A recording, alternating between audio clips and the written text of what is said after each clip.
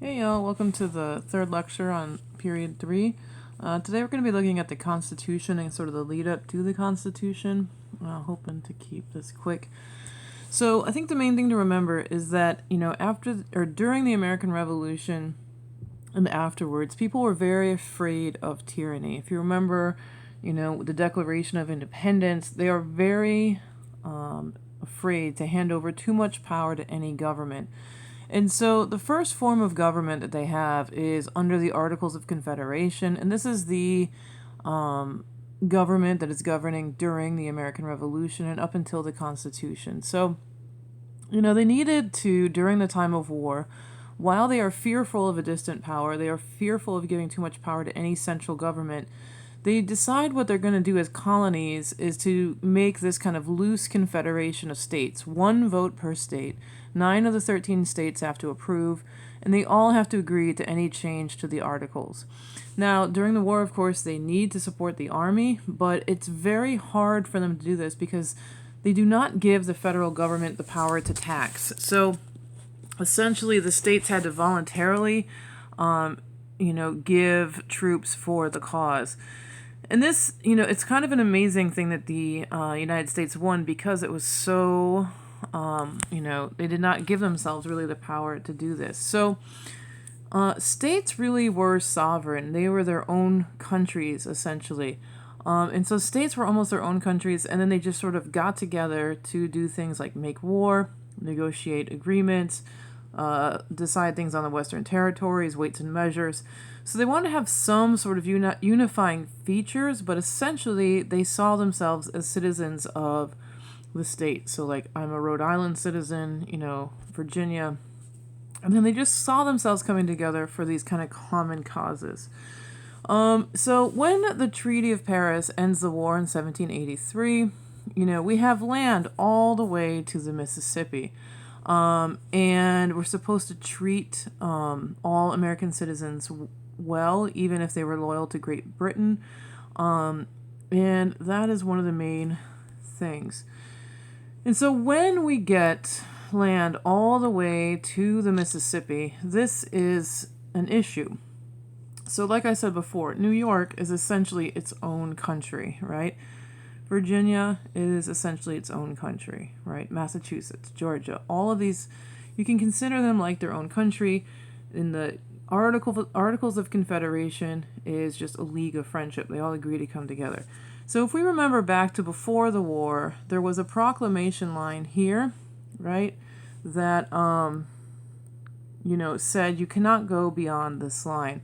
So this was that proclamation line along the Appalachian Mountains.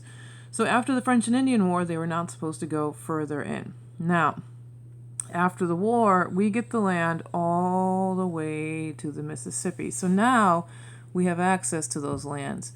Where it gets really complicated is when you start to look at who owns this land, right? So Virginia, because Virginia was first, right? And then when they landed in Jamestown here, oh so long ago, in like 1603 or whatever, 08, right? They were like the first. And so the king was like, you get lands all the way, wherever. And so when Virginia looks at its original thing, Virginia is like, all this land, this is ours. This should be Virginia, right? Because some king 100 years ago said this should all be Virginia. But then, they didn't even know what they were talking about. So then if you looked at like the New York or the Pennsylvania charter, the Pennsylvania charter was basically like, we get all this land, right? And then if you look at the New York charter, New York was like, oh wait, no, all of this is New York, right? And so what sort of happens with these lands is there is a real, right, chance that these states will fight each other over access to these lands in the West. So they have to come up with a way of, settling these Western lands without fighting over it. And so what they essentially decide to do is called this Northwest Ordinance. It is one of the only successes of the Articles of Confederation. And what it does is it gets rid of all of these state claims, and people are going to move out west, and it's going to be under federal control. The federal or national government is going to control this land. It's going to ensure civil rights. And it's also going to outlaw slavery north of the Ohio River. That's why it's like the Northwest. So it's like right here, right? All this area is now federal land. When people move in, right, it's all gridded out. When people move in and there's a certain number, then it'll become a state, and no slavery, right? So all of these things sort of happen, and it's one of the few things that actually gets done in the Articles of Confederation that they do a good job with. So, for example, right, people are going to move into Ohio. It's all gridded out, and once people move in, and then there's enough people, it'll become the state of Ohio. So these are how these states come in: Ohio, 1803, Indiana, right, as they fill in. And this is going to continue after the Articles of Confederation. There are also economic problems after the war, which the Articles of Confederation are not as good at fixing. There is really no uniform or stable currency. It's hard to trade between the states because it was, people were actually putting tariffs from one state to another. War debt was being paid in worthless currency.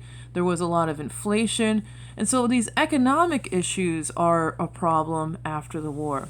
And so if you have a debt, right, and you are your own state, and you have the power to print your own money, one way you could have gotten out of debt is you just print your own money. And some people called Rhode Island Rogue Island because that is what they did. Rhode Island was essentially like, you know what? We owe everyone money. We're just going to print out these like worthless Rhode Island bucks and we're going to pay everyone off with it. What? I owe you 10 million? Here you go. Like, worthless money. Oh, roguery, there being the aim. Fraud, tendry, paper bills, whatever thy name. Thy crafty knave, his creditor besets of advertising paper, pays his debts. Right?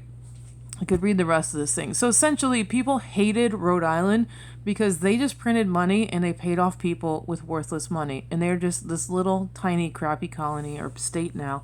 And that is how they decided to do that. There are also security problems after the war. So, even though the British signed the Treaty of Paris in 1783, they never really left a lot of these western areas. They're still in Canada. A lot of people were supplying arms to Amerindian groups. The Spanish aren't really allowing our farmers the port of New Orleans. And so although the treaty said all of these things, we were not exactly a world power to start demanding that they live up to these terms.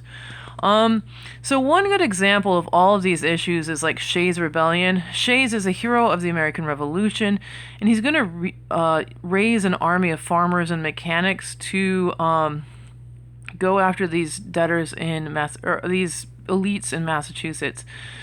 So this is the agrarian West versus the elite East, right? The commercial East. And these farmers had to, right? Massachusetts was trying to be, unlike Rhode Island, Massachusetts was like, you know what, we are going to raise money. We're not just going to print out the money. And so what they do is they put a tax on property. So the farmers end up paying a lot of these taxes. But the farmers are in debt. And so they are having trouble paying off their property taxes. And then because they can't pay their property taxes and they're in debt, they would often go to debtor's prison. And if you remember, if you lose your property, you lose your vote. So these folks were not just losing their property, they're going into debtor's prison, but they're also losing their voice. And so to the people in the western part of Massachusetts, these people who are in the city in Boston, they're the ones who are making these laws. This is like taxation without representation. Daniel Shays is going to go to this higher law. He's going to go back to the social contract theory. He's going to gather up all the same people who were in the American Revolution, be like, you know what? Rebellion against, this is what we're going to do. Now, people like Sam Adams who are in Boston, the same people who led the American Revolution are like, listen, rebellion against the king may be pardoned or lightly punished, but a man who dares to rebel against the law of the republic ought to suffer death. So Sam Adams, the guy who was tar and feathering people, is now being like, oh no, y'all can't rebel against us. We are democratically elected. So, it shows this, Shays Rebellion shows a few things. One, it shows the economic issues after the war. It also shows that there is no federal government to put down this attack. And so Shays is marching to Boston, and the problem is that there is no one to put down this rebellion, because essentially Massachusetts doesn't have a standing army. So all they would do is have a militia. Well, your militia is volunteers with guns. So Massachusetts's militia was essentially the people who were attacking them. You can't raise a militia to put down a militia.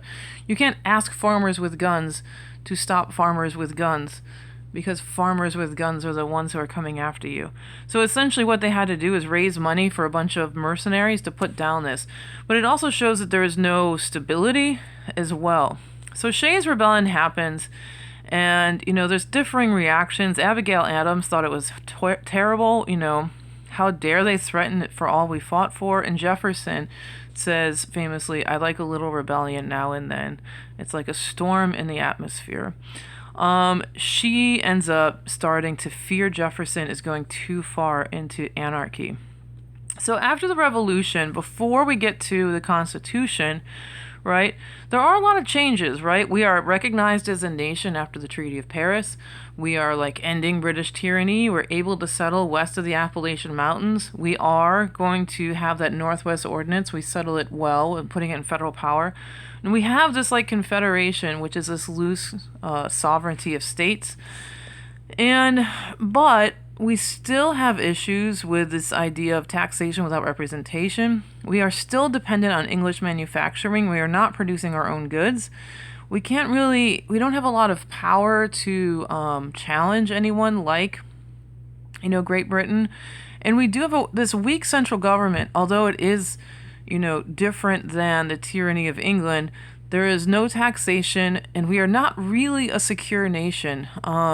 Because we can't tax, because we have very little for defense, because we are not able to regulate this economy, although it is very different, it is not stable and it could collapse. So we get to the Constitutional Convention, right? And I think the question when we get to this part is is this Constitutional Convention a continuation or a counter-revolution from the American Revolution? And we're going to take a look at that. But essentially, people come together in Annapolis and they decide, you know what, we need to change the Articles of Confederation. It is not working.